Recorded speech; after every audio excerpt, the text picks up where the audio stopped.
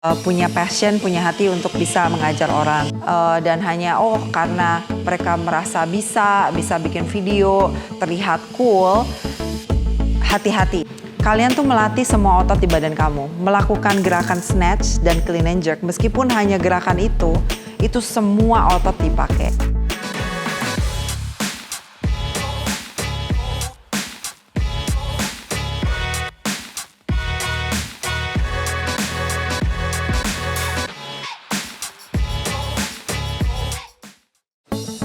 Hello, I'm Jemima Jatmiko and I'm the owner of Gems Rockbox. I'm certified in USA Weightlifting Level 1 Coach, also CrossFit Level 1 Trainer. Saya memang spesialisasinya di weightlifting, CrossFit, dan strength and conditioning.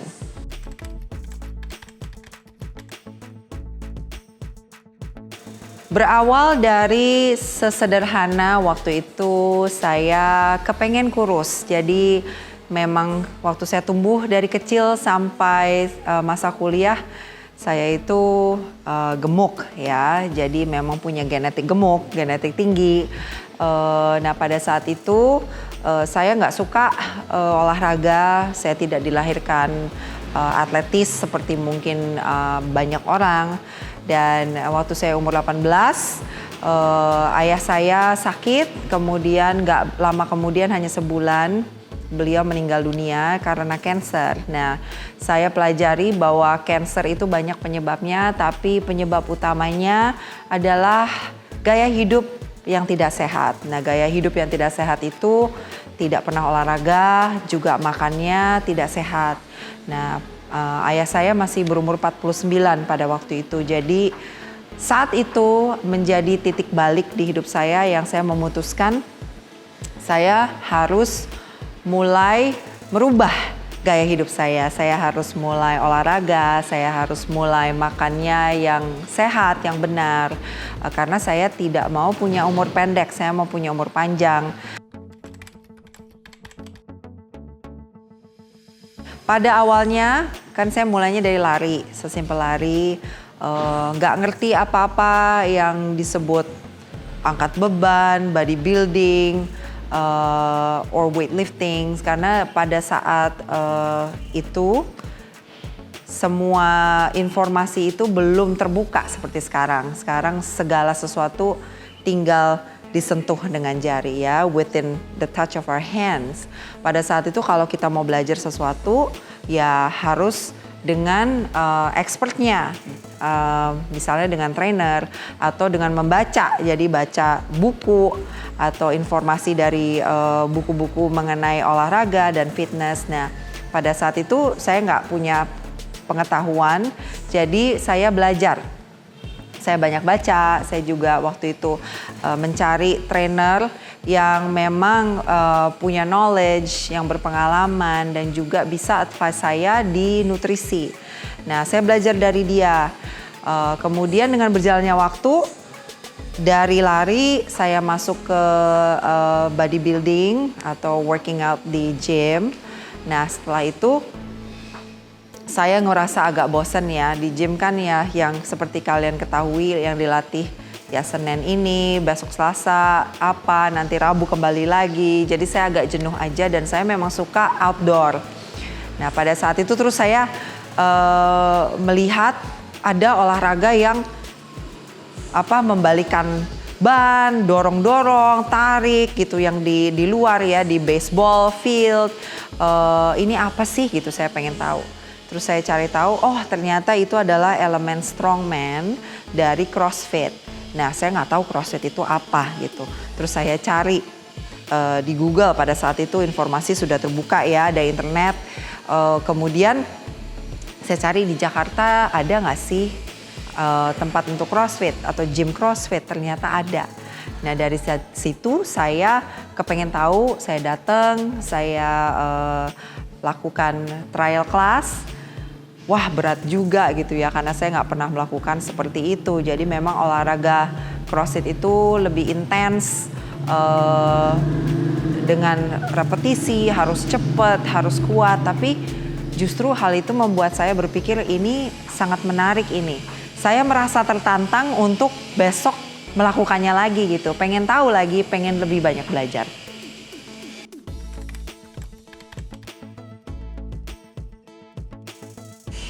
Jadi saya mulai terus mendalami, saya mau tahu lagi, banyak lagi, belajar lagi mengenai CrossFit ini apa sih.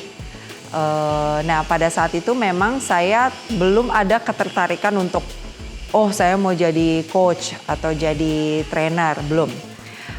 Saya mendalaminya dengan melakukannya. Jadi waktu itu saya memang berkompetisi sebagai seorang atlet. Nah saya memang punya saya seneng compete karena itu bukan membuktikan kepada orang bahwa saya bisa, tapi saya membuktikan pada diri saya bahwa saya ini sekarang better than dulu nih, karena saya sudah spend time untuk berlatih dengan yang terbaik. Kemudian sekarang waktunya untuk saya bisa berkompetisi dan membuktikan pada diri saya sendiri bahwa sekarang saya lebih kuat dari dulu, saya lebih cepat dari dulu. Nah dimulai dari situ, setelah saya berkompetisi selama kurang lebih 3 tahun ya, nah mulai saya kepengen belajar lebih dalam lagi. Akhirnya saya mengambil sertifikasi level 1 CrossFit Trainer. Nah di situ saya belajar secara teori lagi lebih banyak mengerti. Aside from just doing the movement, sekarang saya mengerti mengapa kita melakukan movement itu. Ya, jadi akhirnya saya certified di CrossFit. Nah, di dalam CrossFit terdapat banyak elemen yang dipakai. Di situ ada elemen weightlifting, di situ ada elemen gimnastik, di situ ada elemen endurance. Nah, dan banyak lagi yang lain. Nah, satu elemen yang saya benar-benar tertarik ya, yang kembali lagi membuat saya tertantang adalah weightlifting, angkat besi. Nah, di situ seperti kalian ketahui, angkat besi itu hanya ada 2, yaitu snatch, clean, dan jerk. Nah, saya berpikir saya pengen mendalami, alangkah baiknya kalau saya juga belajar. Dan kalau belajar itu dapat sertifikasi kan harus dites ya. Jadi belajar dan saya dites dan akhirnya saya certified supaya juga saya punya kredibilitas untuk mengajar orang. Nah, akhirnya saya memutuskan untuk mengambil USA Weightlifting Level 1 Coach.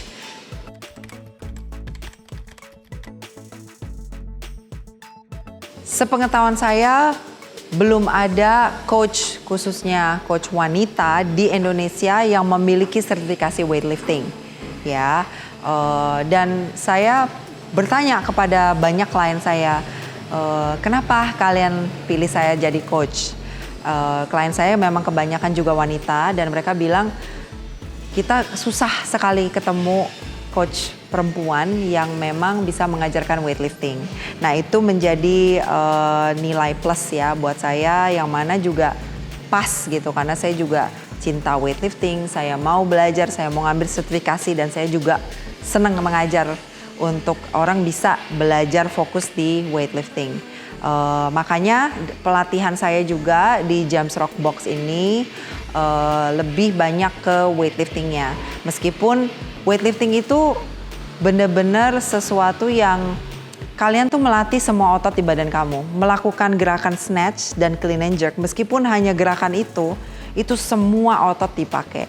Jadi kalau mau ngelatih bagian otot yang lain, apakah saya bisa mengajar? Bisa. Tapi saya selalu fokusnya mulai dari weightlifting sebagai core-nya, kemudian saya mencabangkan ke kita mau get our upper body stronger, latihan our upper body, atau get our lower body stronger, then we do squats, we do deadlifts. Jadi semuanya I work it around that.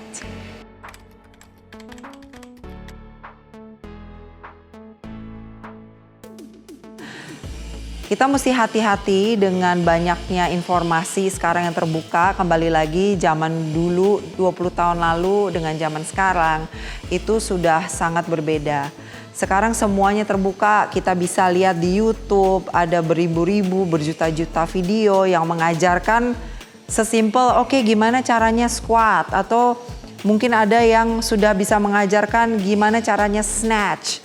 Tapi kemudian waktu kita lihat ini kok lain, yang ini sama yang ini sama yang ini lain. Jadi harus berhati-hati. Apa yang kita lihat, apa yang kita dengar itu kita harus pastikan bahwa itu berasal dari sumber yang benar. Nah, kalau saran saya, karena ini sempat dipertanyakan juga pada saat saya diskusi bersama dengan USA Weightlifting Coach, mereka bilang ya disarankan kalian melihat informasi, mencari informasi memang dari badan weightlifting atau apapun itu cabang olahraga yang kalian mau dalamin, mau belajar, dari situ sumbernya. Ya, jangan dari sumber A, sumber B, sumber C yang mengklaim dirinya, oh saya bisa ngajarin, padahal mereka tidak punya sertifikasi, mereka tidak punya background, mereka bukan coach, dan hanya karena mereka merasa bisa bikin video, terlihat cool. Hati-hati, sebab itu bisa mengakibatkan cedera nantinya ya. Jadi hati-hati dengan informasi yang terbuka di sana. Pastikan juga kalau kalian memilih pelatih atau coach memang yang spesifik dan fokus di bidang yang kalian mau pelajari.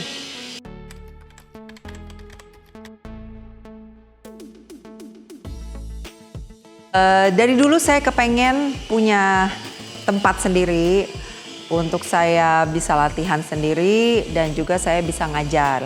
Karena tadi seperti cerita saya, perjalanan hidup saya yang tadinya sebenarnya saya hanya suka ngelakuin sendiri, latihan sendiri, tapi kemudian saya mulai punya passion, punya hati untuk bisa mengajar orang. Kan butuh tempat ya.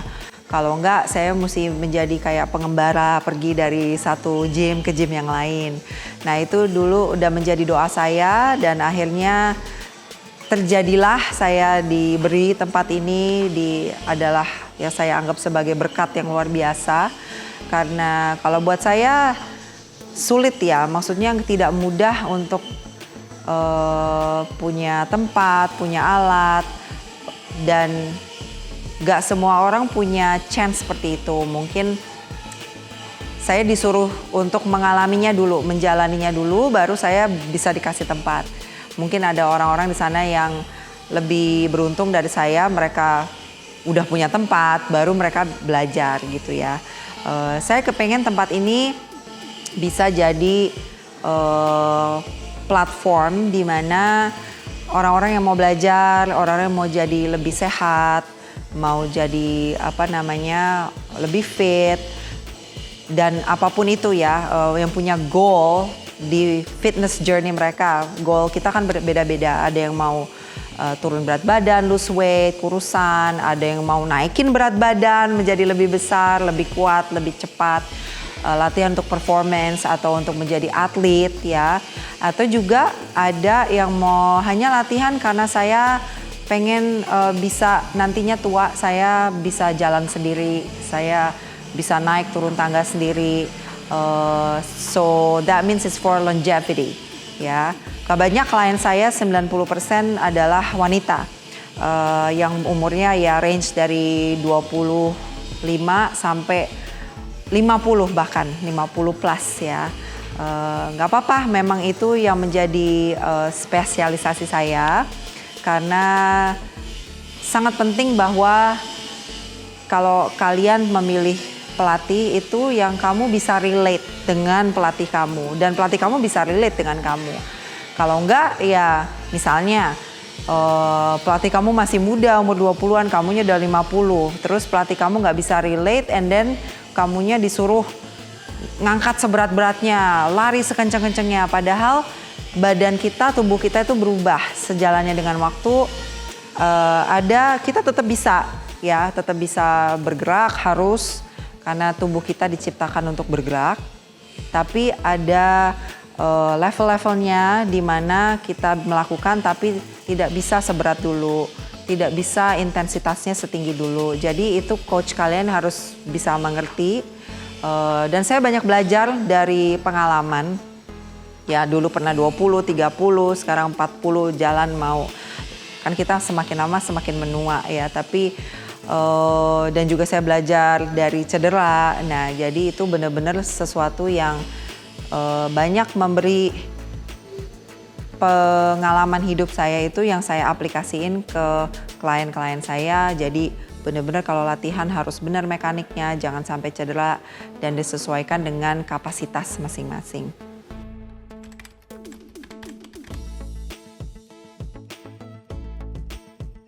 It's great and amazing that we all have dreams.